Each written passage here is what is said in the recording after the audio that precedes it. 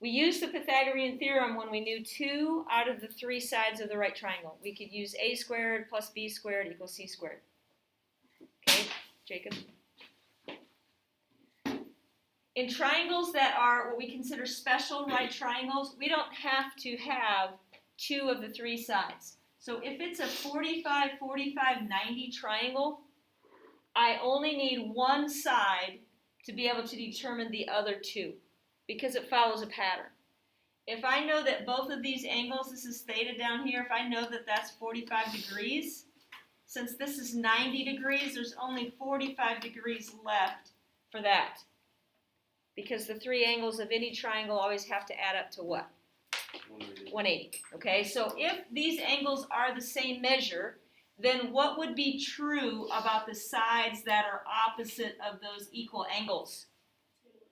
They'll be equal, right? So if this leg of the triangle is 2 units, this leg down here has to be 2 units. Wait, so where's 90 degrees then? Right here in the corner where the box is, that's your 90-degree angle.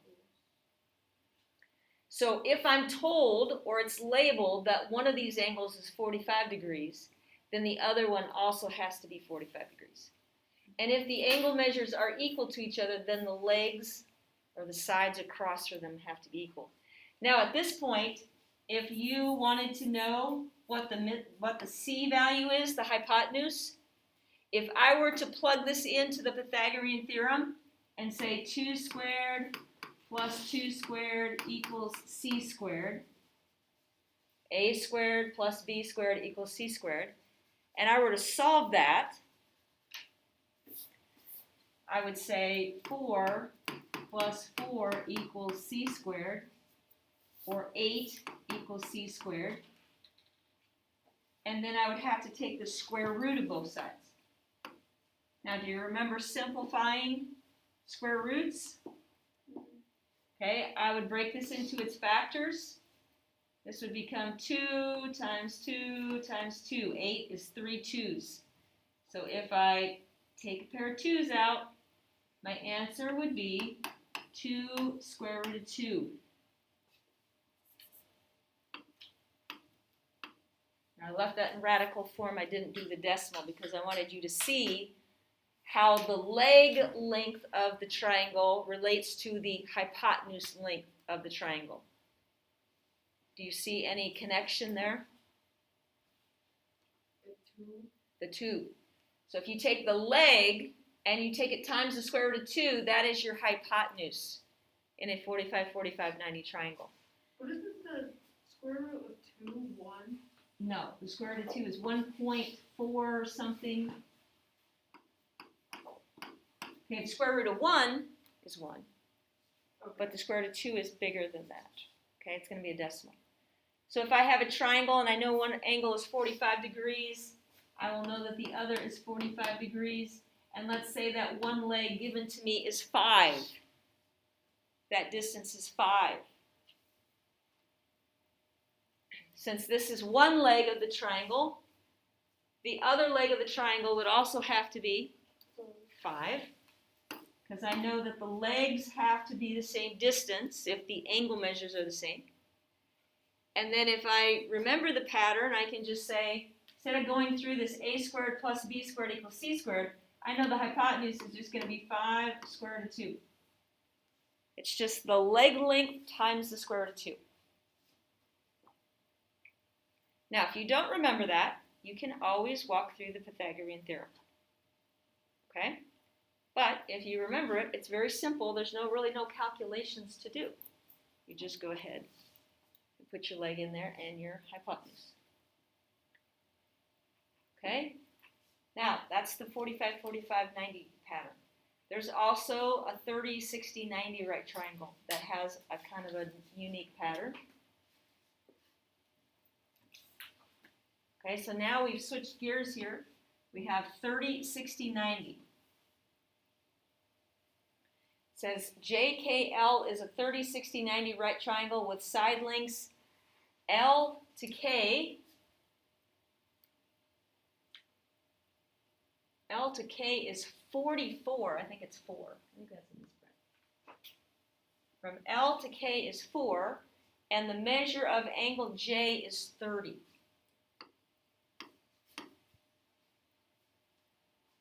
That would mean that the measure of K is 60 degrees.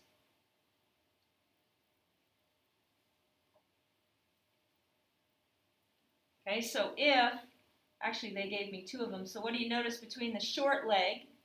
So in the 45, 45, 90, we had two legs, but they were the same distance. They were equal in length. In a 30, 60, 90, since the angles are all different, the legs are different. We have a short leg, and we have a long leg, is how we'll define those. So we have a short leg, and we have a long leg, and then we still have the hypotenuse.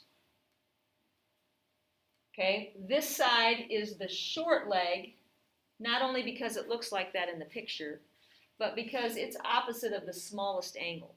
If this is the 30-degree angle, that's the smallest angle in the triangle, so that's got to be the shortest leg. This would be the 60-degree angle up here, so that's the longer leg. Now, what do you notice about the short leg and the hypotenuse? It's just twice as long, and that's always true. So if I have you given a triangle on your worksheet, okay, this would be 30 degrees down here, this would be 60 degrees. So let's say that short leg is 7 units.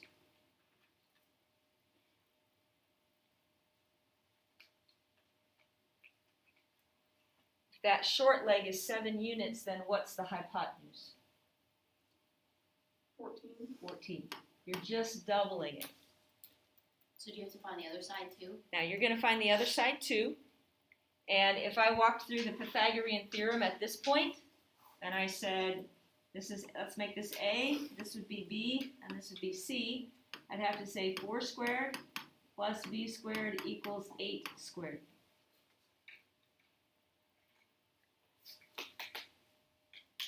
This would be 16 plus B squared equals 64. How do you solve that? Subtract 16. Subtract 16. So B squared equals 48. And then I would take the square root of both sides. Couldn't you just take 64 minus 6, or 6, oh my gosh. Could you take, wait, that's what you did, never mind. Okay, when I take the square root of 48, what are factors of 48? 24 and 2. 24 and 2. 24 becomes 6 and 4.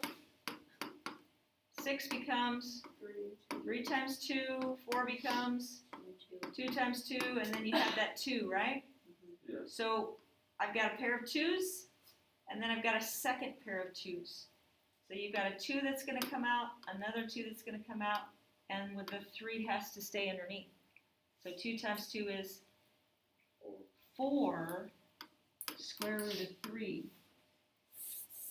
So here's my B value. It becomes 4 square root of 3. So why? So it's the short leg, which was 4, and you just multiply it times the square root of 3 to get the longer leg. That pattern always exists also.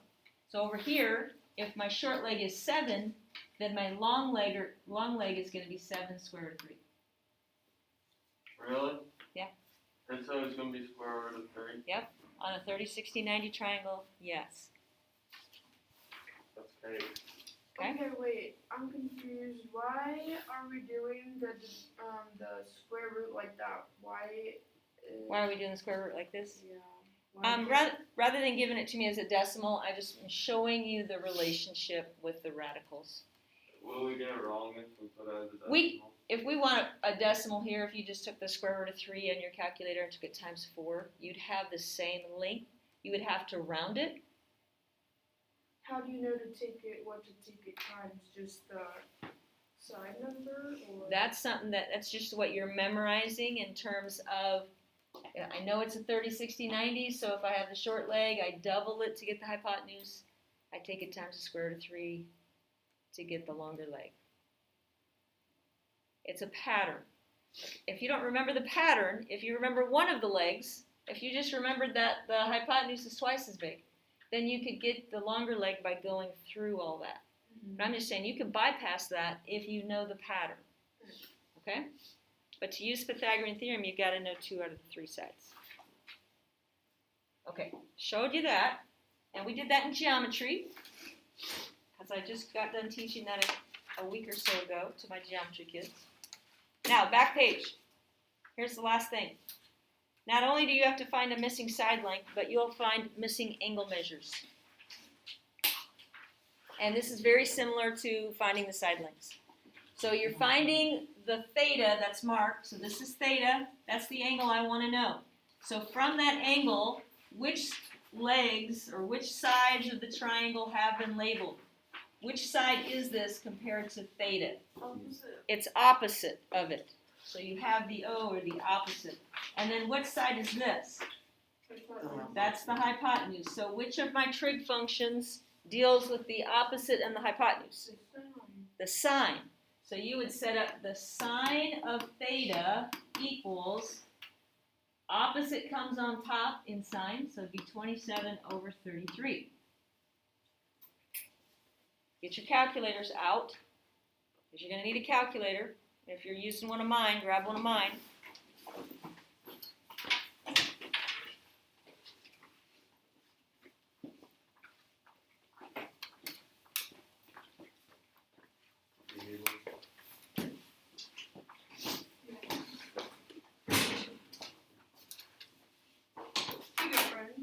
Oh, thank you, Fran.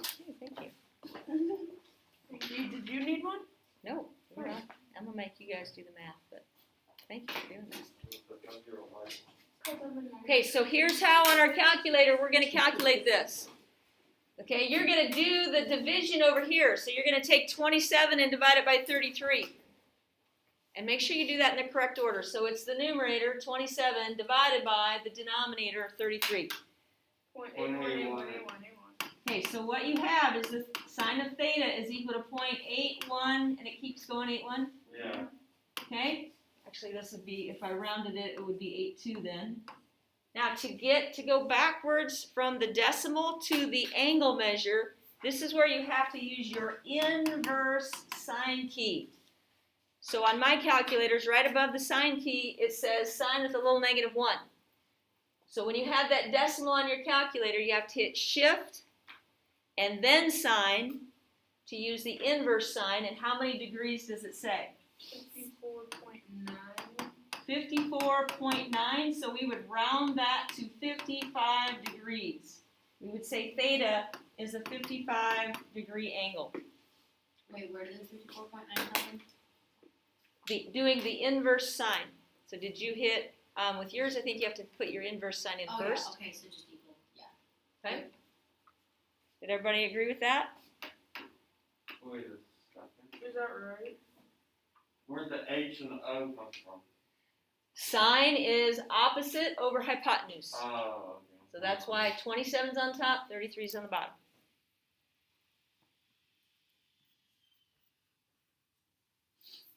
Okay, so when I set up my next problem, here's theta right here.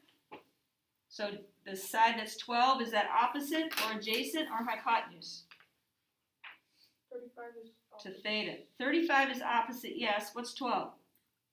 adjacent. Adjacent. So which of my trig function deals with opposite and adjacent? Tangent. Tangent. So you'd say the tangent of theta equals opposite is 35 over adjacent is 12. So you do the division on your calculator. You're going to take 35 and divide it by 12. And then you're going to use your inverse tangent key. So you have to hit shift tangent. Does it matter what we round it to? Like, We're going to round it to the nearest degree.